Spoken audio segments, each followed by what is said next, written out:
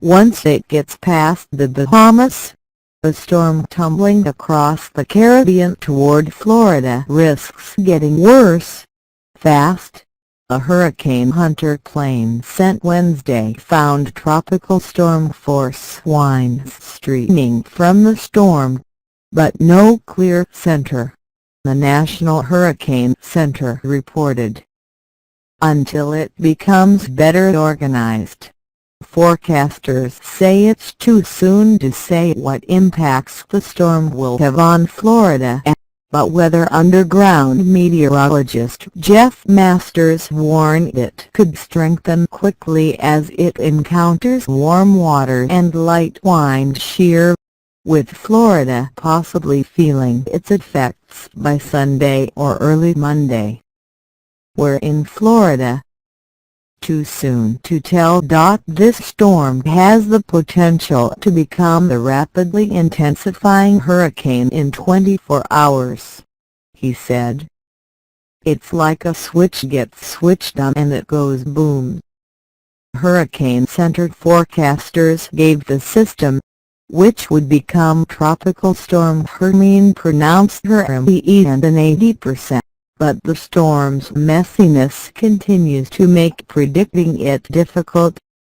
On Wednesday, two areas were struggling to become the storm's center, one to the south and one to the north, Masters said.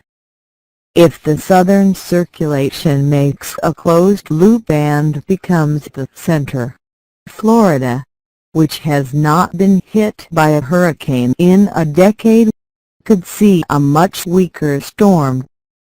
The storm would likely swing south and encounter Hispaniola's storm-shredding mountains.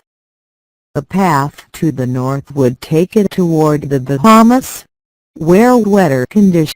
It all depends on what happens over the next day because it's still trying to organize and until it forms a well-defined surface circulation, we don't know, Masters said. Model early Wednesday nearly all aligned crossing Florida. What's also far from certain is the potential intensity of the wet storm. Hurricane forecasters warn that strong winds and heavy rain could unleash flash floods and mudslides over parts of the Leeward Islands, Puerto Rico, Hispaniola, and the southeastern and central Bahamas over the next 2 days.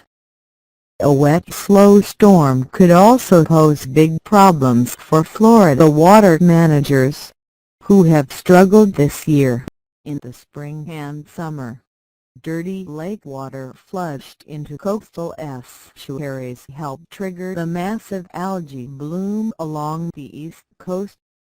Putrid chunks of algae hurt waterside businesses and left some areas closed to swimming. For now, the U.S. Army Corps of Engineers has no plans to increase water releases to protect the lake's aging dike, now in the midst of repairs. But operations will depend on the storm, said spokesman John Campbell. There's very little risk that the lake at the current level would fail today. Our concern has always been ... what happens if we get rain that drives it to a higher level, he said. The big challenge with managing water in Lake Okeechobee, to lower the risk of the dike failing and provide water to farmers during Florida's dry season. Lake levels are normally kept between 12.5 and 15.5 feet. Anything above 17.25 feet starts to raise concern, Campbell said. At midnight Tuesday, the lake was at 14.67 feet. The court has spent $800 million on repairs since 2001 and is expected to spend another $800 million in coming years. In 2011, work began to repair 32 culverts and construct a 21-mile-long cut-off wall between Port Mahuka and Belgrade to protect Clewiston and Moorhaven to the south and west. While that work has helped strengthen weak sections of the dike, others remain vulnerable, Campbell said. Another 6.6 miles of wall still need to be constructed and gaps closed west of Belgrade, where the lethal 1920. Generally, the rule of thumb is water can come in 3 times faster than we can get it out. It just depends on storm, he said.